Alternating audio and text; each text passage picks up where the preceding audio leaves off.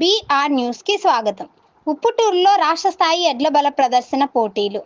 బాపట్ల జిల్లా ఉప్పుటూరులో రాష్ట్ర స్థాయి ఎడ్ల బల ప్రదర్శన పోటీలు జోరుగా సాగుతున్నాయి.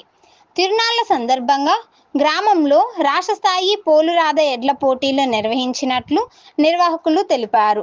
ఇసుక బస్తాలతో కూడిన చక్రాలు తిరగని ఎడ్ల బండిని ఎక్కువ దూరం లాగిన ఎడ్ల జతను విజేతలుగా ప్రకటిస్తామని నిర్వాహకులు తెలిపారు.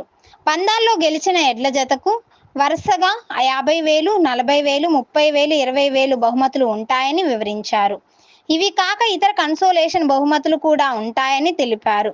మొదటి రోజు సీనియర్స్ విభాగంలో 9 ఎడ్ల జతలు పోటీలో పాల్గొంటాయని తెలిపారు.